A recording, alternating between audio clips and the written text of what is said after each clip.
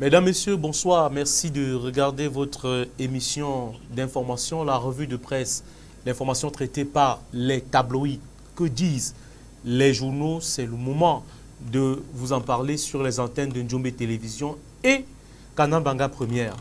Merci de regarder cette revue de presse. Intéressons-nous au premier article, notamment Cameroun Tribune, qui titre en sa grande une « Élections régionales, rendez-vous le 6 décembre ». Le président de la République, Paul Biya, a signé hier un décret portant convocation des collèges électoraux en vue de l'élection des conseillers régionaux. Comment va se dérouler ce scrutin inédit au Cameroun? Qui peut être candidat? Qui vote? À quoi serviront les conseils régionaux? Lire le focus que traite Cameroun Tribune en pages 2 à 5. On continue avec Mutation, le quotidien qui parle de Biya versus Kamto, le temps des titans. Le président du MRC a déclaré il y a 2 semaines que la convocation des collèges électoraux en vue des régionales déclencherait immédiatement une campagne d'appel au départ du chef de l'État du pouvoir. Le président de la République l'a fait hier. Que se passera-t-il d'ici le 6 décembre 2020, date des élections? That is the question. Le journal en parle en page 8 et 9. En page 7, toujours dans le journal Mutation, en pièce 1, comme titre, on peut lire Sud-Ouest, les misères de la société palmole. Et en page 11, toujours en pièce 1, après usage, que deviennent les masques faciaux? Le journal s'interroge et traite l'information dans sa parution. Le journal Émergence parle, lui, de la fraude au baccalauréat 2020. Voici les 5 jeunes écroués. Ils sont élèves et enseignants. Pendant ce temps, les fonctionnaires de l'office du bac pourtant identifiés s'en tirent à bon compte. Le journal traite l'information en sa page 5. Extrême Nord, les inondations font rage. C'est en page 3, en pièce 1. Le journal revient sur les graves inondations qui ont lieu en cours en ce moment du côté du Grand Nord et précisément dans l'extrême Nord. Discours haineux, le cas du Cameroun inquiète et de plus en plus les violences dans les réseaux sociaux sont perceptibles. Le journal lui aussi en parle. Le Messager parle des régionales RDPC, le temps des magouilles. La convocation des collèges électoraux hier par décret présidentiel pour le 6 décembre intervient dans un environnement où le navire du parti au pouvoir est à 2 doigts du naufrage. C'est en page 1. Non-conformité en page 5, la vraie fausse affaire des huiles végétales. Affaire Kevin Gassan, page 7, l'indignation collective. Le journal parle de ce jeune garçon arrêté et écroué en prison de Konengi à cause justement des fraudes au baccalauréat. Il aurait reçu, n'est-ce pas, ces fuites-là, ce qu'on a appelé l'eau qui a coulé il y a quelques semaines. Boycott des élections, Tangandji menace de renvoyer Kamto en prison. Le MINAT annonce que le rouleau compresseur du maintien de l'ordre se mettra en branle contre les protestataires.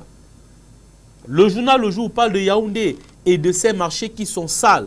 Reportage en Vokada, Mokolo et Fundi en pages 2 et 3. Le journal revient justement sur cette information en cette période où les pluies diluviennes ne permettent pas, n'est-ce pas, que les milieux soient propres et fait des fixations sur certains marchés de Yaoundé.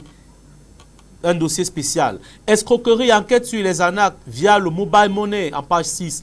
Conseils régionaux. Les élections le 6 décembre. Le journal revient sur l'information. Tchang, une étudiante retrouvée morte dans sa chambre. Le journal L'économie, le quotidien, lui aussi parle de la mise en œuvre de l'accord de partenariat économique. Le Cameroun dans l'étau des pertes fiscales. C'est en page 2.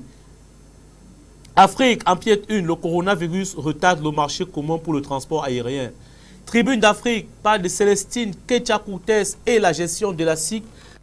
Et titre Descente aux enfers du ministre des scandales. Recrutement fantaisiste, détournement des biens publics, tribalisme, mépris des autorités de la République. La ministre de l'Habitat est accusée de tous les maux. C'est en page 5, l'île éditoriale de Faustin Dikam. Il est le directeur de publication du journal Tribune d'Afrique. Et en petite fenêtre, on peut lire les sinistrés de l'extrême nord réconfortés. Et une batterie de 7 ministres y était le week-end dernier afin de réconforter ces nombreux sinistrés. Côte d'Ivoire, prémisse d'une guerre de tranchées. Alassane Ouattara dans le collimateur. Et en pièce 1, initiative Vision 4 debout la déclaration de Mbankomo. C'est contenu dans le journal Tribune d'Afrique. La revue du Patriote Hebdo parle du tribunal criminel spécial. Calme et sérénité chez Mebengor, l'ancien ministre de la Défense, délégué général à la Sûreté nationale, directeur du cabinet civil à la présidence, secrétaire général, toutes ces casquettes, M. Mebengor les a portées et le journal dit, embastillé par ses pourfendeurs, l'ancien MINDEF Edgar Alain Mebengor ne ménage aucun effort pour prouver son innocence, faisant confiance à la justice de son pays et au chef de la magistrature suprême, son excellence Paul Biya. Il faut rappeler qu'il est accusé jusqu'à présent par la justice d'un détournement de 236 milliards. L'information circule dans les réseaux sociaux depuis quelques jours. Félonie, Roméo Dika traite Paul Biya de méchant. C'est toujours dans le journal La Revue du Patriote Hebdo. Expression économique, lui parle de la Cameco, du crash qu'il y a entre le DG et le DGA en ce moment, de vives tensions du côté de Cameco entre les deux autorités de Cameco, justement notre compagnie aérienne qui est de plus en plus alitée, pratiquement dans le coma. Conflit, tension à haut débit à l'agence de régulation des télécommunications. Là-bas aussi, le journal Expression économique parle de la guerre de tranchées entre la présidente du conseil d'administration et le directeur général. Le Popoli, le journal satirique, parle des factures impayées. Roméo Dika met le feu au RDPC. Brave, biaïste, calme-toi, allons. Il dit, ne me mêle plus dans vos histoires de buveurs de sang là. Bia must go. Ici, il s'agit d'une émission qui s'est passée il y a quelques jours du côté de Yaoundé et Roméo Dika, justement, s'en prenait à sa formation politique, le RDPC, et le président national, M. Paul Biya, qui en est le président, le responsable, bien évidemment, est sur le plateau. Et il avait celui-là qui se réclame aussi biaïste comme lui, le professeur Mesanga Nyamding. Et c'est à lui qu'il répond ici. Extrême Nord en pied 1. Comment 7 ministres ont échappé à la mort du côté du Grand Nord? Éco-santé parle de la couverture santé universelle qui va prendre en charge totalement les soins des patients. Dr Fan Mahamat, directeur de la promotion de la santé au ministère de la Santé, c'est elle qui en parle. Le journal étudiant en parle de la fraude au baccalauréat 2020, 5 détenus, 7 libres. Après la suspension de 3 mois infligée au personnel de la reprographie de l'Office du baccalauréat du Cameroun, 2 élèves, 2 étudiants et un professeur des collèges d'enseignement technique sont incarcérés à la prison centrale de Kondengui. Les circonstances de leur interpellation, les sanctions susceptibles et les réactions, tout ceci en page 2 dans le journal étudiant. Le point hebdo parle de la couverture santé universelle et le boulanger qui est présenté ici, le docteur Manaouda Malachi, le ministre de la Santé lui-même. Et en petite fenêtre, Bengo Hôtel de Bolova, Belebouba Saroche, 90% de postes. Élection régionale, que feront les 900 conseillers? L'œil du Sahel parle de Cabral Libi Lingué, le président du PCRN. Il y a urgence à renouveler la classe politique dans le Grand Nord. Poliomyélite, plus de 2,5 millions d'enfants à vacciner dans le Grand Nord. Toujours en petite fenêtre dans l'œil du Sahel. Extrême Nord, inondation, 1 dizaine de personnes noyées. Le Gon-Echari, un convoyeur tué par Boko Haram. Élection régionale, Avomac, après la convocation des collèges électoraux, dans le journal Cameroun Tribune bien sûr, après la convocation des collèges électoraux lundi dernier, tous les acteurs du processus se sont mobilisés à travers le pays pour prendre part à ce rendez-vous historique. Lire l'édition spéciale traitée dans le journal Cameroun Tribune, la page 4 à 7. Le Messager, lui aussi, revient toujours sur l'affaire de Mebengor, le rôle trouble de la Chine. À l'origine, une convention de prêt est signée entre l'Empire du Milieu et le Cameroun dans le cadre de l'achat du matériel militaire estimé à 196 milliards de francs CFA. L'ex-MINDEF paye-t-il le prix d'un marché de dupes? C'est en page 3, le journal s'interroge. Et en pièce 1, on peut lire déguerpissement. Messia Tangana saute sur Oza. Samuel Billon, la construction nationale en péril. C'est en page 4. Toujours en pièce 1, Cameco, guerre de chiffonnier au sein du top management. En réponse aux notes de son adjoint, le directeur général lui adresse une lettre d'observation au vitriol. Toujours dans l'œil du Sahel, on peut lire inondation extrême nord, environ 200 000 personnes à recaser. Élection régionale, les réactions du Grand Nord au décret de Paul Biya. Adamawa, des projets laitiers mornés. Tout ceci est contenu dans le journal L'œil du Sahel cette semaine. Mutation, on lui parle des risques d'inondation. Yaoundé le cœur dans l'eau. Enquête à la poste centrale et dans l'un des quartiers inondables de la capitale au moment où l'on annonce une forte pluviométrie. C'est en page 5 à 9 du journal Mutation. Et en pièce 1, chefferie de Besséké, le gouverneur du littoral explique en page 4. Couverture santé universelle, diagnostic et ordonnance d'un médecin, c'est en page 10. Émergence, parle des régionales, Maurice Kamto joue sa suivi politique, analyse de la rédaction. Et en pièce 1, commune, les maires sans salaire crient leur colère.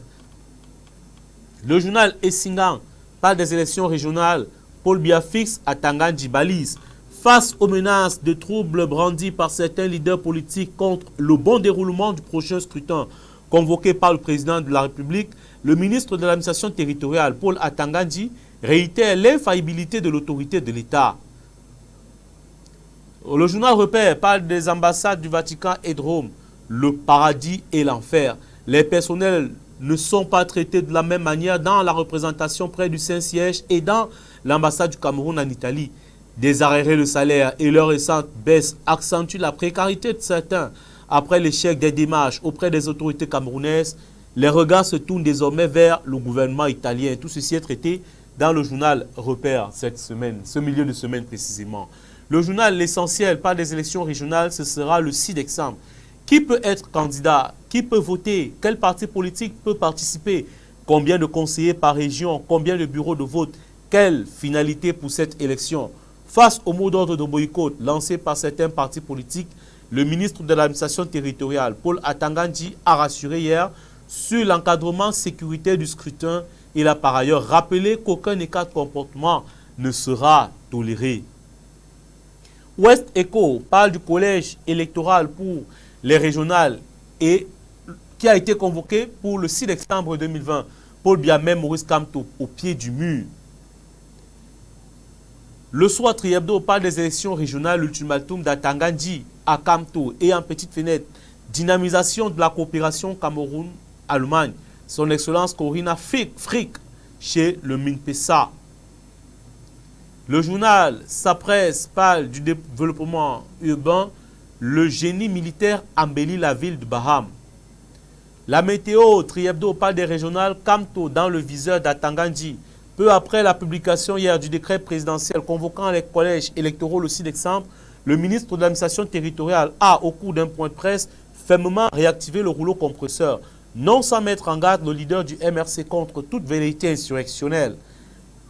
Recyclage des déchets, le PANTEC joue sa partition. Tout ceci est contenu dans le journal en page 3 et 4, effectivement. La nouvelle expression, le journal parle lui aussi des régionales, bras de fer entre Kamto et Bia. Le président de la République a convoqué les collèges électoraux pour le 6 décembre 2020, alors que le président du MSC réaffirme sa volonté de descendre dans la rue. Et pour le dernier journal, Le Messager, qui parle d'après 18 mois d'instruction, la justice réclame 236 milliards de francs CFA à Mebengo.